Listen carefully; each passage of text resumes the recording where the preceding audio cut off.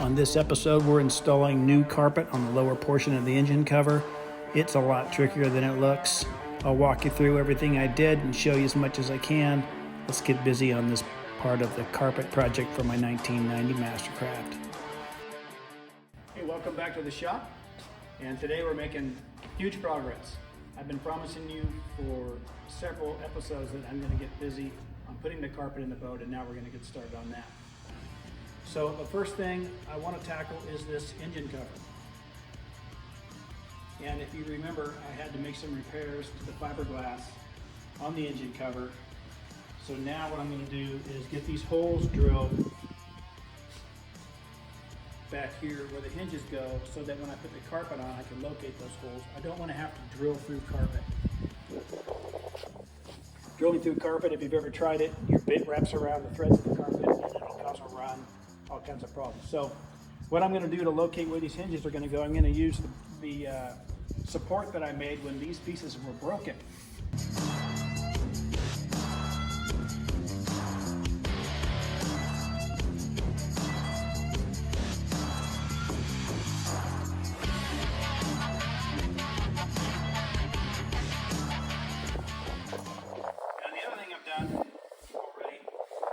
A little bit with putting this inner metal trim back in, and also experimenting with my glue. So I have no doubt my glue is going to work, as I made a mess with this already. Glue works great, and the glue I'm using is just 3M high strength contact adhesive, and it has a moisture and heat resistance to it. So it's going to handle the heat from the engine compartment. It's going to handle moisture. So I'm confident that's going to do the job.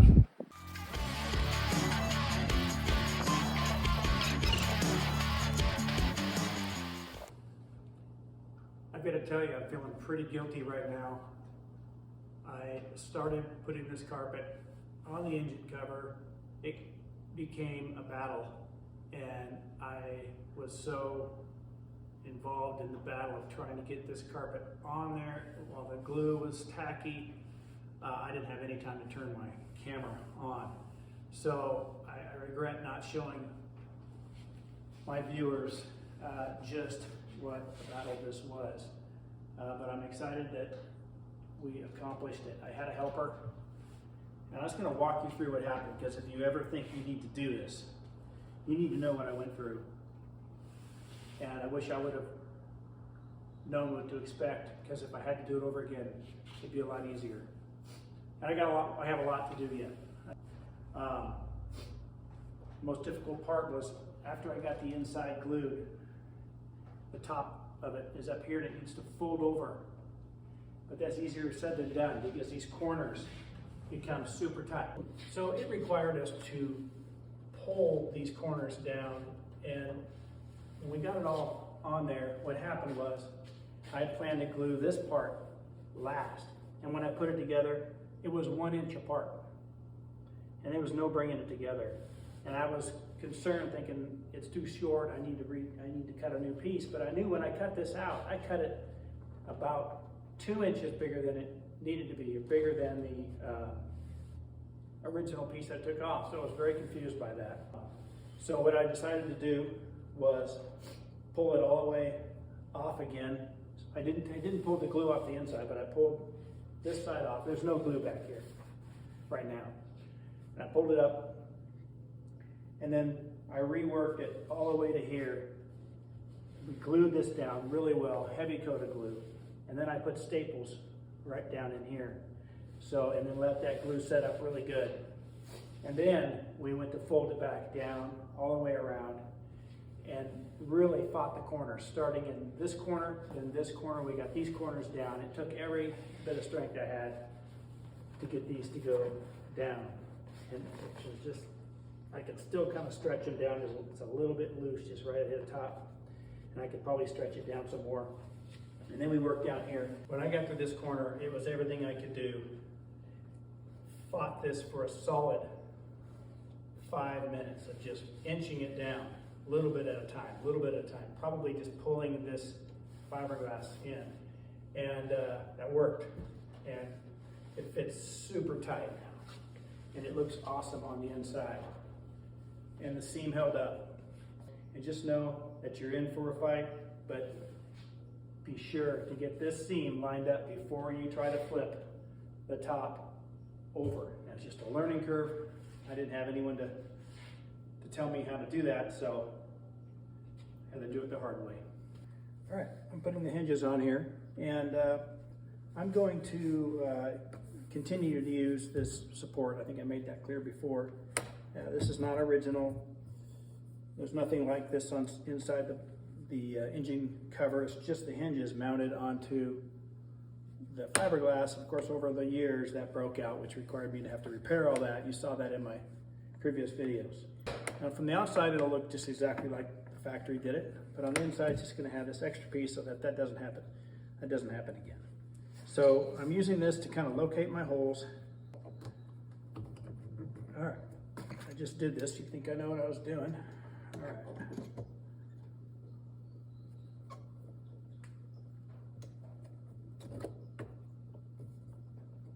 It's pretty easy to pop this through the carpet. It doesn't take much to do it. Goes right through there.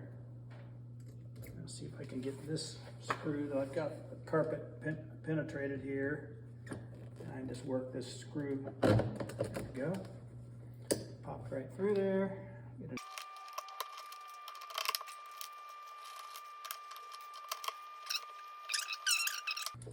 I can worry about tightening these down later. I just wanted to get them on here before I start moving things around. I'm gonna have to fold this carpet up a little bit to get some glue back in here. And then of course I'm gonna put this metal band on here next by doing the same thing, locating the holes through here from the back side. And I'll get a couple of rivets started, and then by then the holes inside the band will be how I'll locate everything, and I'll get all that riveted on. There's 35 rivets that go around.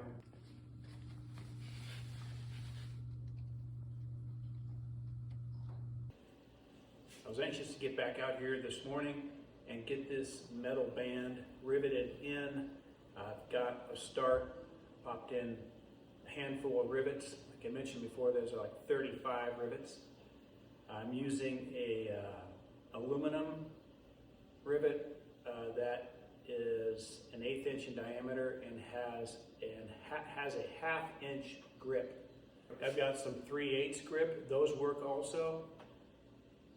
And I went to get more of the 3/8 grip, they didn't have them. 1/2 inch is probably better. So I got about 6 of these in 3/8, the rest of them are all gonna be the 1/2 inch. After the rivet is completely installed, just a little bit of it pokes out the back. It'll be covered by the carpet. So I want to show you how I located these holes. It gets easier the further around you get with this metal band.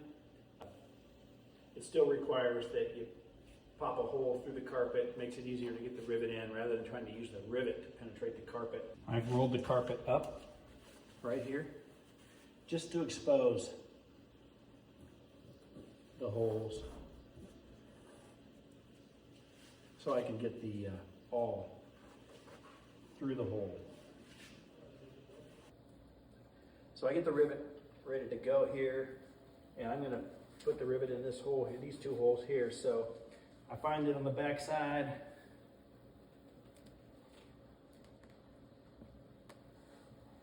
Set this down right here.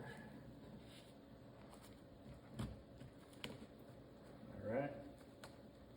Located, so when I pull the awl out, I just follow it with the rivet.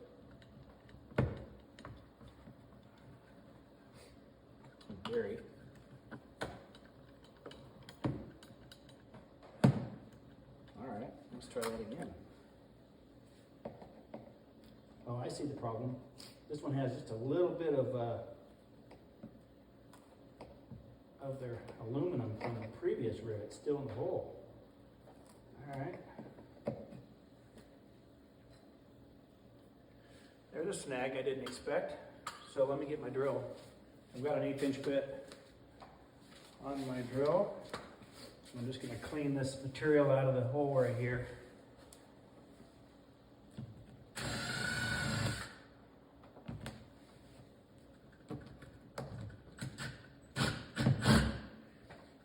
slight angle, which is a bit of a problem here. You can kind of flex the metal over. Oh, okay. Boy, I got failures going on here. These two rivets popped out. Okay, well, now you're learning. That's a problem. I don't like this at all.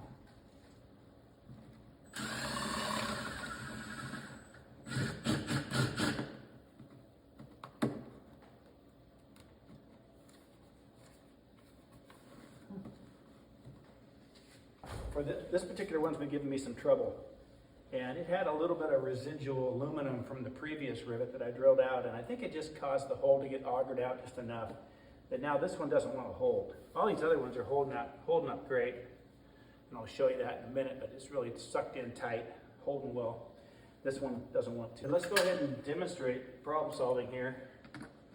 So this is 1/8 inch, so I'm going to get my 3/16 drill bit. Let's start by getting a hole in it here. Now, I run a little bit of risk of messing the carpet up. Sometimes when you drill carpet, threads of the carpet will wrap around the drill. I'm sure anyone that's done this kind of thing know what I'm talking about. So it's a little risky. I'm just going to take it slow. Okay, that was easy. Cleaned out really nice. See if the rivet will go in there. Yeah, that's a nice tight fit for the rivet. And I got it all the way in the material back here. So now I need to switch out my, this has a larger nail on it, so I should make sure that's an aluminum rivet really quick. It looks like it is, but I don't want one rusty rivet.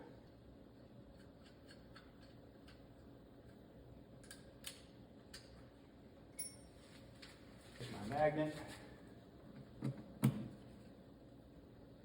Uh-oh. That's a steel rivet. All right, stand by. Let's see if I can find an aluminum rivet. Okay, as luck would have it, I had a few of these. It's aluminum. I'm glad I checked that. I mean, that wouldn't have been the end of the world. It would have taken a while to rust, but if we're going through the trouble of doing this, let's do it right. All right, let's try this again for like the 4th time. All right, that looks good.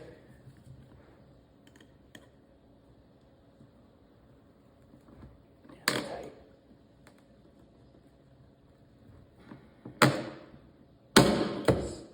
Oh yeah, that one's not going anywhere.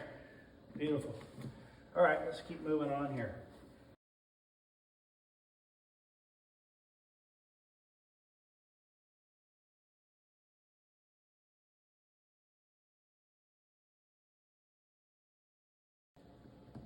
Rivet guns can bite you right in here. Probably not a bad idea to wear gloves, but I can't do some things with gloves on. I just don't like the clunkiness of it, so I take a risk sometimes. Okay, it's feeling good. I might come out here and do this one. Try to relieve some pressure, because now this thing's getting pretty tight. So I think I want to skip a hole and come out here and do one.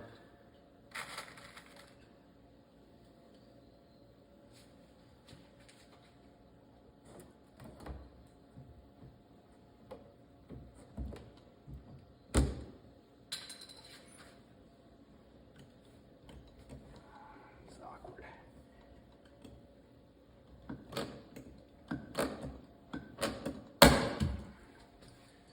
Just 4 more to do. I'm going to wrap that up.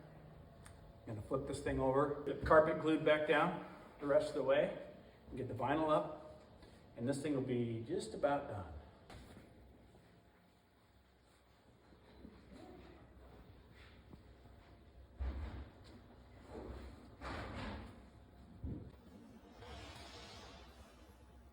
Edge of the carpeted area. Right along here. So I'll get glue, I'll spray glue on here And on this surface here, I'm going to roll the carpet up and get it to stick. It's a little loose, a little stretched out. So I'm hoping I have a okay experience around these corners. I'm also going to glue it heavily here. This is where I had to pull it back off to do the rivets. I want to get a good connection here and then work my way around. So that's what's coming up next here. And then after that, we'll roll the vinyl back down and pull it as tight as I can and start stapling it back along this line here. It's quite a bit of stretching. Matter of fact, I put the handle back on and you can see how the material needs to be stretched down. I got it on here loosely and I'm gonna have to stretch the material down to get this handle centered up a little bit better.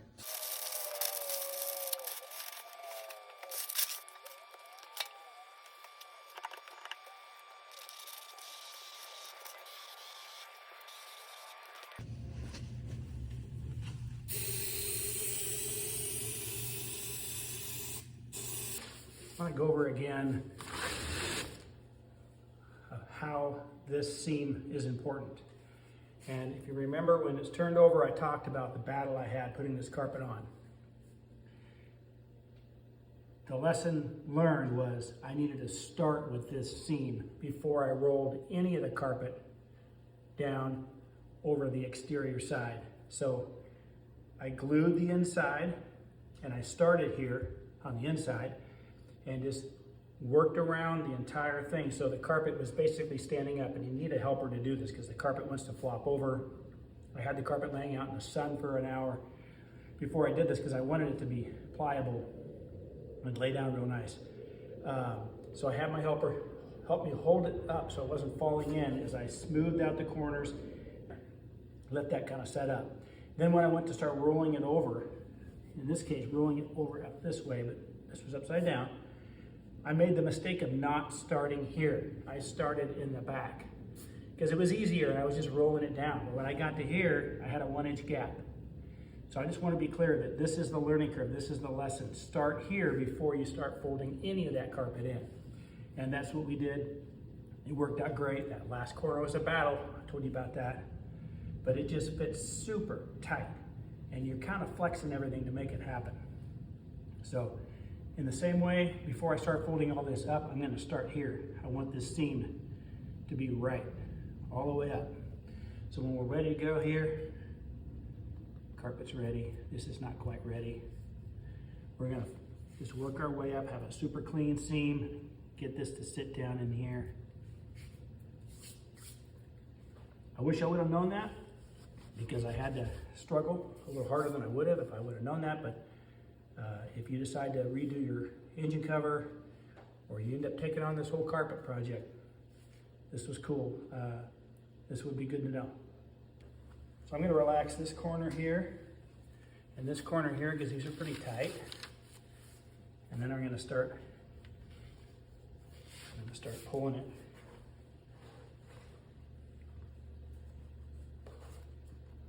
Over here if I can. I can tell I already have some issues here. There we go, I'm right on the line. Okay.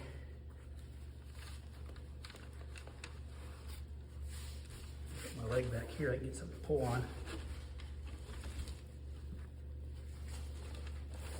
Oh man, I'm really having to stretch it tight. It could be better, but I don't want to pull it off. I don't want to pull it off. That looks pretty good. It could have been even closer. I should have really tried to pull harder. I'll live with it, but it is just so tight right there. I'm going to push that in and get this up under my foam. And I'm just going to work my way around here. And I think I'm still going to throw a couple staples in here. You can't see them. You bury them in deep with the stapler and make sure they're stainless steel.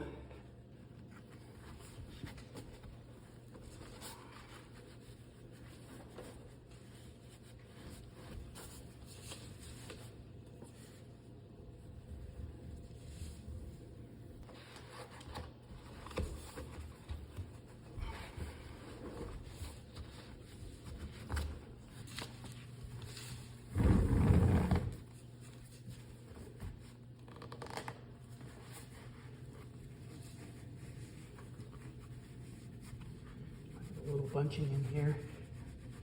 If I wanted to, I could probably take my scissors and maybe snip down right there.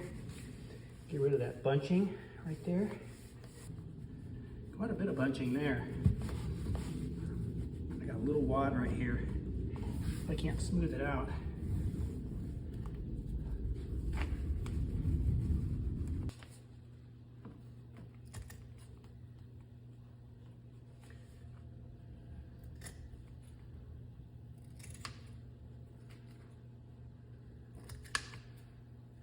Cutting a little V here.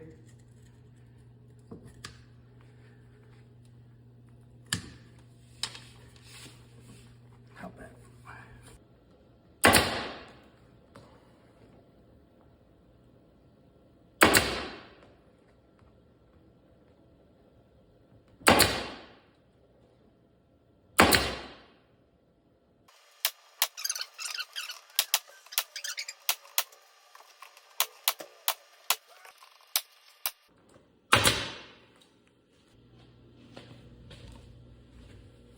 Let me walk you around it and just show you what's kind of going through my mind on a couple things as I get ready to put this belt on. So I've got a little bit of, I don't know what you call this in the upholstery world, but kind of some pillowing, if you will, in and out. My hope is when I go to put the belt on, I'll put a staple in the places that it's kind of puffed out a little bit, and that's where I'll put my staples on my belt, because I really want to have this a little bit flatter. I remember looking at this, and I can look back at pictures, but it wasn't perfect. It was kind of rudimentary before. Now over here, I think what I should have done, because I see a little more of a recess where this belt's going to go. I think what happened is my carpet was a little bit long, and I stuffed it underneath that foam, and I think that was a mistake. I should have probably cut the carpet off so it came up and met the foam evenly, because I think now what I have is just a little bit of I don't know what you call it. I'm not a upholstery guy, but it just poofs out here, pillows out just a little bit. But that's all down. My seam, it's not as nice as it was the first time I did it. It's a little shaggy. This carpet's a little thinner than the original stuff. So, and it was really tough pulling this together, but it's good, not great. But I'm not a professional, so I get an excuse. Here's the belt.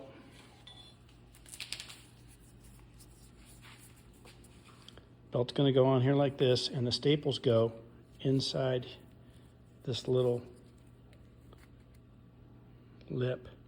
I'll get started on that and see how it goes, because that's the last thing I need to do, and then this thing is done. I could chalk this up as a success. I'm hoping I'm going to be pulling it tight enough that when I come all the way around, it's going to meet up. I think I'll just go ahead and pull it around just to make sure. It should be longer than I need. I hope. Okay, one. It holds pretty good. So let me just walk around it. See how we meet up. Just pull a little snug here. Looks like it's going to go over that pretty nicely. Something up. All right, we're in great shape. We're going to be able to overlap this by about 1/2 of an inch. I think before it actually butted up and there were some threads in there. I don't have this type of thread. I'm just going to overlap it and shoot another staple on top of that. So, all right, I'm confident it's going to reach. So let's get a couple more in. Really hard to get that in there. So what I'm doing is I'm identifying where I want to have a staple. I'm opening this up and I'm getting this in place. And I kind of give it a little bit of a wiggle, get where I want.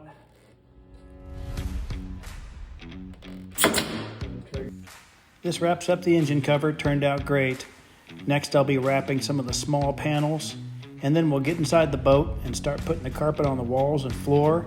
Be sure to subscribe so you don't miss the next episode, because we're going to be finishing up my 1990 MasterCraft Prostar 190.